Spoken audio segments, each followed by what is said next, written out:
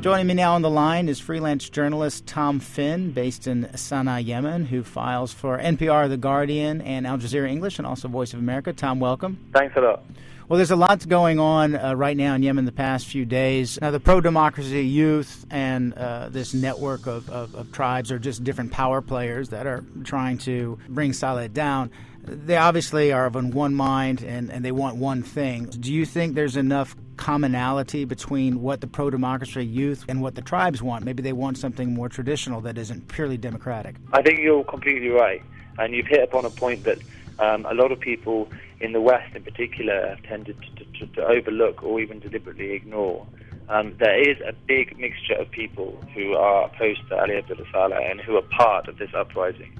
And it's not anywhere as simple as just pro-democracy youth versus, long-standing tyrants. Yemen is a desperately poor country. It's by far the poorest country in the Middle East. 40% of the population live on less than $1 a day.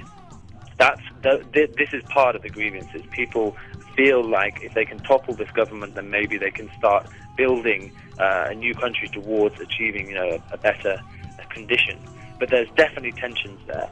Why do you think, if you compare Saleh to Ben Ali or Hosni Mubarak or Muammar Gaddafi, it seems like his brazenness and his denial of the way things are going is bolder? Is that part of his personality, or does he think he can actually outflank the GCC, outflank his own people, and outflank all of his tribes when it doesn't seem likely as time goes on?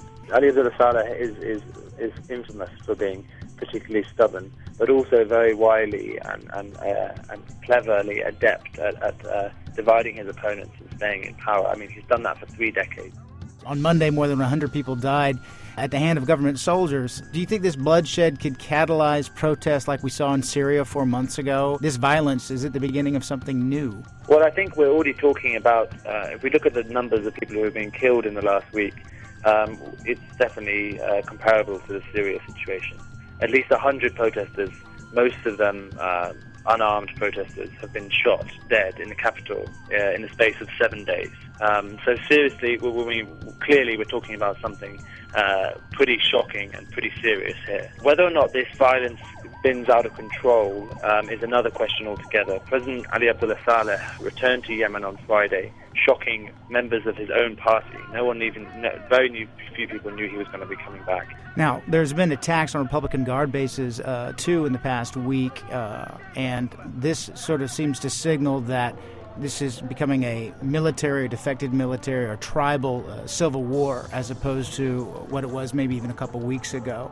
Do you think we're going to see more base attacks or more tribe-on-tribe violence? And what role is General Ali Mohsen playing in these attacks, if any? You're right in saying that the uprising in Yemen has taken a military slant now. Tom Finn, freelance journalist based in Sana'a, Yemen. Thanks for joining us. Thank you.